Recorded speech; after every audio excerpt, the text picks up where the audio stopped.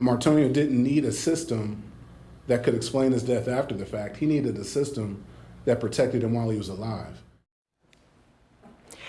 Well, tonight, accountability is in question. A new lawsuit filed by the family of Martonio Wilder claims his death was the result of failures by Franklin County. We want to thank you for joining us both on 10 TV and the stream. I'm Yolanda Harris. And I'm Doug Petcash. Martonio was found dead in the attic of his home back in June of 2024. The wrongful death lawsuit targets county agencies, children's services leaders, the National Youth Advocate Program, and a former caseworker. 10 TV's Libby Cathy is live with more on the claims being made about this. Libby?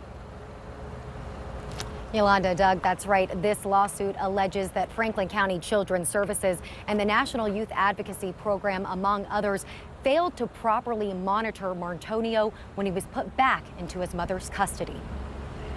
Today is about accountability. Attorneys for Martonio Wilder's family claiming the system designed to keep the 8-year-old boy safe instead made him invisible. This child was starved, abused, dehydrated, beaten, and ultimately killed inside a home that should have been under the watchful eye of child protection professionals. They say warning signs were ignored, noting how 6 months before Martonio was found dead in a trash bag in the attic of his home, a family member warned police about concerns.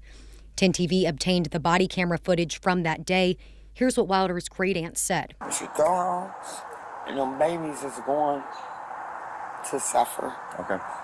They're going to suffer. She's part of the extended family now suing Franklin County Children's Services, the National Youth Advocacy Program, and a former caseworker. This lawsuit accuses the defendants of negligence, recklessness, and failures in child welfare oversight.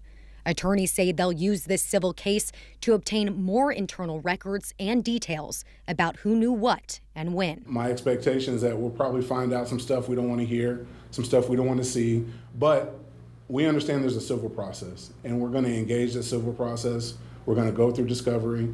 We're going to ask the right questions, but Martonio's family, they deserve answers as to why this happened.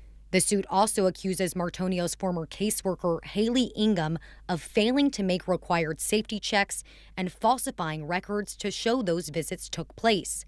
Ingham was charged last month with tampering with evidence and has pleaded not guilty.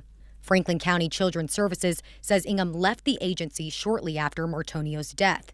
The agency also said in a statement, in part, quote, "Because the safety of a child depends on an entire ecosystem of support, the weight of a tragedy like this should not be placed solely on the shoulders of a single caseworker." Franklin County Children's Services relies on a vigilant community to act as the first line of defense in protecting our youth. And you'll remember Wilder's mother and her girlfriend, LaShonda Wilder and Jonna Lowe, are both serving life sentences in this case. Now, this lawsuit is seeking about $25,000 in damages, but attorneys tell me this is also about accountability and long-term change at these agencies. Reporting live in Columbus, Libby Cathy, 10 TV News.